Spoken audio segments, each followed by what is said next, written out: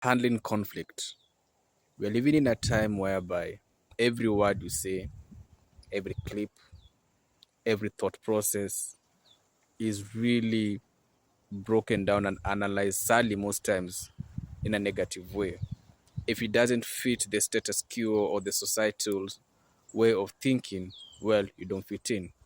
Quite ironical when you think about it, because when we go to school, when we were taught from the alphabet and everything that we've been trained in our education system, we are trained how to communicate.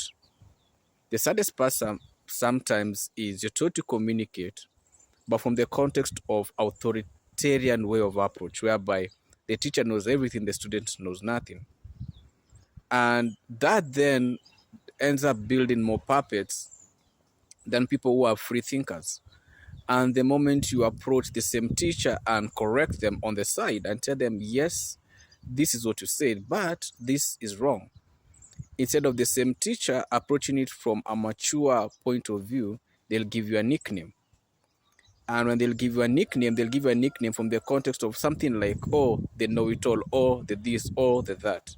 Mind you, when you approach them respectfully. You didn't do it in front of people, you didn't correct them in front of their peers. You just maybe went to the staff room and was like, teacher, there's this assignment you gave us, but or there's something you spoke on this day, and I beg to differ with it. And that should be handled maturely, whereby they shouldn't feel threatened by you trying to correct them. Because what happens if the same teacher goes, let's say, in a staff room or before other leaders, and then that mistake that could have been corrected, they make it, and then they lose a great opportunity. And all they had to do was be humble enough and be told by someone who was younger than them, the student in this case. Look at leadership. If you don't correct a leader because a leader believes that they stay in power and they can do whatever they want, what happens is they keep making mistakes. And when they'll sit in a room and speak, just because people are silent does not mean they agree with you.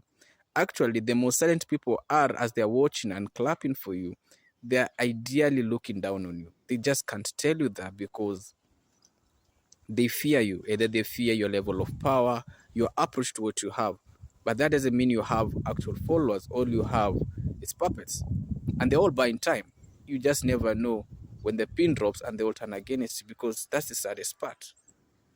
If you're a parent, you look at it even within a family context, you see a parent to be more comfortable in some sad way to go and relate to, let's say, it's your nephew or cousin or someone, but the child whom they have, they won't listen. Sometimes I think this is where we sit between parents, the children, and the grandkids.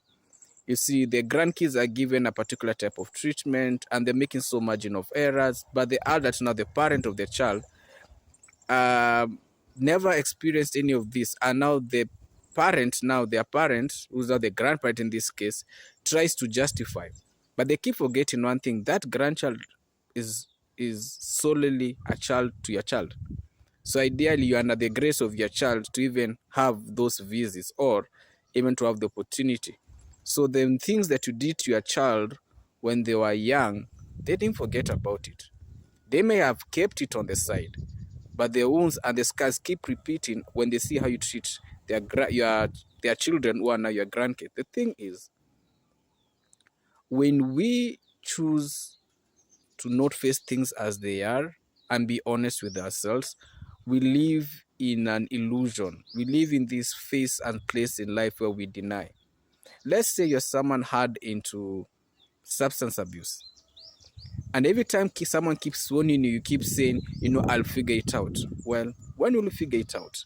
When your body is failing, when your eyes are becoming blurry and you can't see, when your ears are shutting, when your intestines are clogging. When is the time? Or let someone who's going to domestic abuse, for example, you're warning them, this person whom you're dealing with is a dangerous person. But they keep coming back and telling you, you know what, you're standing between me and my person. No, you're the kind of people who don't want to see me happy. My friend, you're being kicked. You're being slapped. You're being attacked.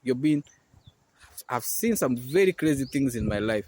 Sometimes I think, is it really worth being, Some people have seen, I recall someone, a neighbor, I believe. Yeah, it was a neighbor back then. And we're in this plot or apartment, the way you choose to look at it. And they would have crazy domestic violence. I remember one case, I think I was coming from work, and this lady jumped from the first floor to the ground. And I'm telling you, between the first floor to the ground, the floor, we had a fence. So she literally, I don't know how she did it, but she jumped past the fence to the ground, didn't break her limb. And they had a daughter, young one, I think that was 2 years. Domestic violence. And I remember I was just getting and I would see the kills. And so I called the guy on the side. I'm like, dude, no, this is wrong. And the guy was like, no, I told him, nope, this is wrong. Later on, he came and was like, I understand. I'm like, nah, don't understand. It's wrong. One, this whole thing you guys are doing is going to lead to one of you going down. Two, that little child is being exposed to a lot of violence. Did he listen to me? Well, as far as I recall, since that time, I didn't hear anything. But again, I'm not in that house to know what things were done. The thing is, what we face to deal or what we choose to ignore never goes away. It always comes back. It's like we're living in a time whereby you can't even say anything anymore. For example, kiwi is either a bird, it's a fruit. And in our country, it's the name of a brand which we polish shoes with. What do you call it? I don't know which word to use in English. Polish? I don't know. It's the one we polish our shoes with. Black. It's called kiwi. So there are three things. So you can have a conversation, say, hey, kiwi. And people will start, oh, no, kiwi is this. Oh, I'm like, man, it doesn't really matter. It's either it is what it is. Or the other one is orange. We have the color, we have the fruit. Another battle line. The thing is, we can agree to disagree amicably. We don't always have to be right. We can come to a mutual understanding in something, and that's part of growing.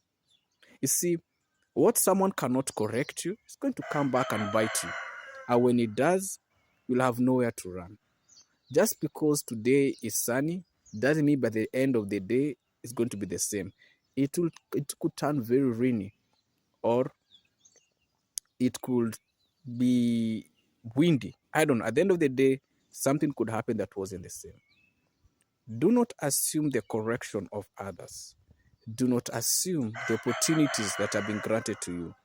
Today you work in a company where you have benefits, you can fly to a country, you have education, you have health, you have pension, you have all these things. Make the best of it. Apply, enjoy it. Because what's going to happen, either you get promoted and a new management comes and says, scrap that whole stuff. It's messing our cost. Is it really? It's the corporate world. They'll say anything about cost, even when there's no. Let's look at even where we get our gadgets, like the one I'm using. Do your own research. Understand that there's a lot of child hard labor behind some of the things, the gadgets that we are holding. The thing is, choosing to ignore something doesn't mean it doesn't happen. It's happening. You are choosing to ignore it. But the reality is there. And that's what sometimes is important to understand. And even you deal with activism, you deal it with a very open mind and also caution. Because some of the people who claim to be are already paid. And so the rest of you are just playing Russian roulette to their lives. So at the end of the day, you don't have to be right. You could be wrong. But that doesn't mean someone should look down on you. Whether you love meat or you're vegan, it should not mean that you have a difference in opinion. Your difference in opinion shouldn't make you enemies. It should make you understand, hey, I have this. I don't need to explain why, but hey, we can have a mutual understanding. We can always find a ground where we can shake hands if we want to. Don't be divided by the politicians. Don't be divided by community where specifically they have all this hatred and cleansing and all that crap. Don't hate one another just to please someone who's in power. At the end of the day, all these people wouldn't be there. You're on your own. And the person next to you is the best you have. So we don't have to agree to disagree, but we can find a mutual understanding in everything. I hope that makes a difference. I hope.